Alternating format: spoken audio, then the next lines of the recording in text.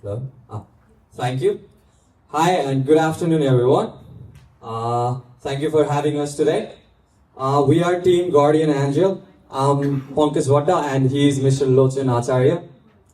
So we are students. We like sports. We like tech, but we don't like injury at all. Especially those injuries that can be prevented before even happening, right? So before even showing our solution, I want to talk about very important thing. So every one of us, we must have a guardian. We must have someone who acts as a guardian in our life. It may be a friend, a coach, or maybe a parent who always warned us like, hey, don't do that, you might hurt yourself. But what about ACL? Does ACL has any guardian with it? No. But we introduced a guardian for ACL. Like, it's gonna tell you when you're gonna hurt your feet or not, when you're gonna hurt your knee or not. So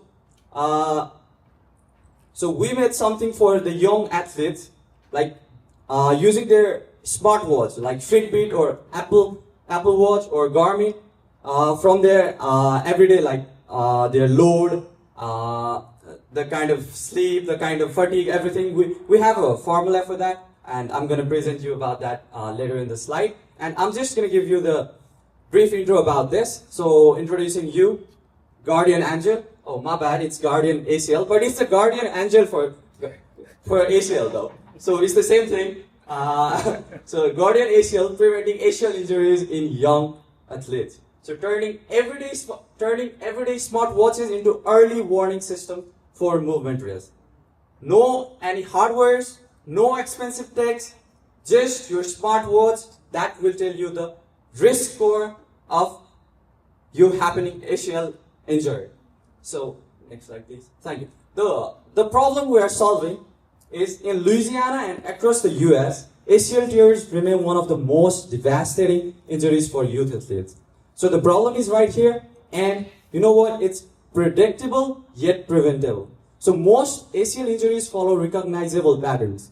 It follows fatigue accumulation, poor landing mechanics, and chronic movements asymmetry. Yet young athletes rarely have tools to monitor this risk before injury strikes. So we can actually predict if someone is gonna have ACL injury in their feet. So we're gonna show you the demo later, and you know it's hard to believe at first, but yeah, it's the truth. It's what they can do. So next slide, please.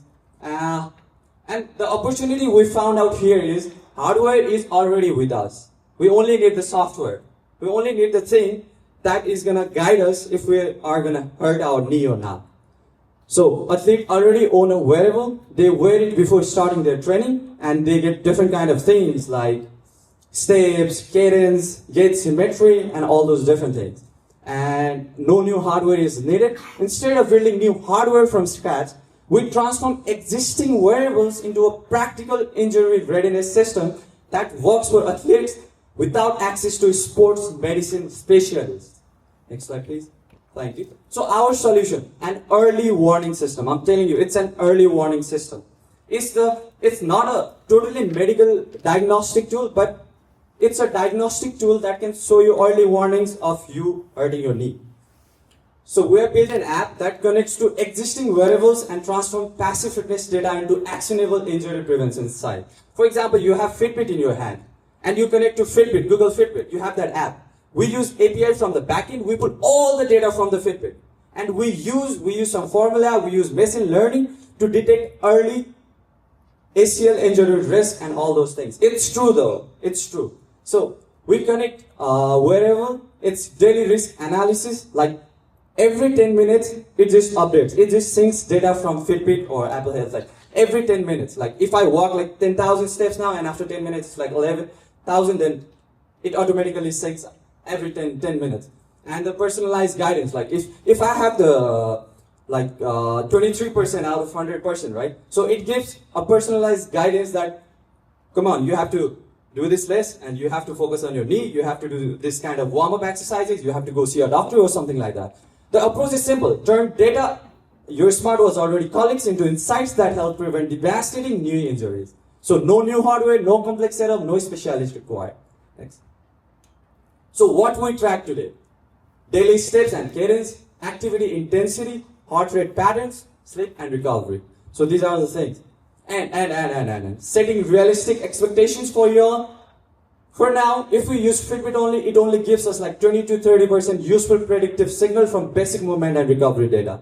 Because it only gives us like basic data, like steps and all those things. That only helps us to play a small part in the prediction model. And if we integrate Fitbit plus Apple Health, it gives us about 35 to 45% prediction accuracy. And if we use Fitbit plus Apple Health plus Garmin devices, then it's going to be like 45 to 60%. And if you want more than 60%, then you can use biomechanical sensors. My bad, I just forgot the word. Yeah, next please. So now we're going to show you the demo and testing. We don't have enough time, so I'm going to hand over my mic to Mr. Lochan. Thank you. Hello everyone. So we're going to start with the demo. So here we have our website, and it basically says you can turn your smartwatch into an injury prevention system. So for that, we're going to connect our Fitbit.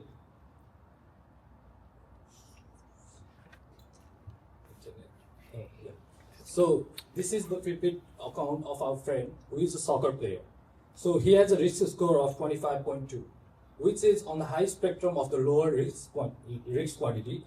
He has the 25.2, which is not something that an average person have, because an average person who doesn't do any sports or is not an athlete have around 10 to 12%, or around 10% out of 100. And for this, it's high because there is, if we can see over here, the trends, the steps he took is about 17,000 per day, which is very, very high. An average person takes about 9,000 to 10,000 steps per day, but he took 70,000 because he played soccer that day. So that is why his risk assessment is very high. And for that, we got prevention measures from some warm-up exercise and everything around here. And for the risk assessment, you can see that the training load gives you 8.9% of height. And he also had insufficient sleep, which caused fatigue, and fatigue is a factor that causes the ACL injury.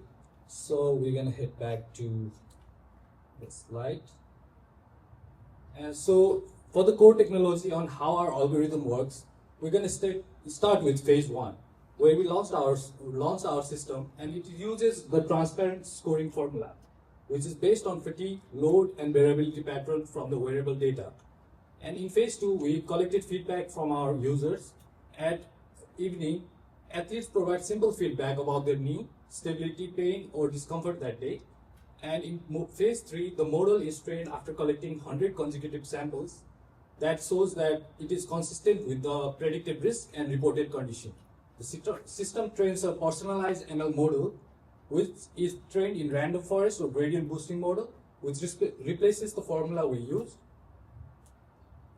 And for the machine learning, our model retrains every time.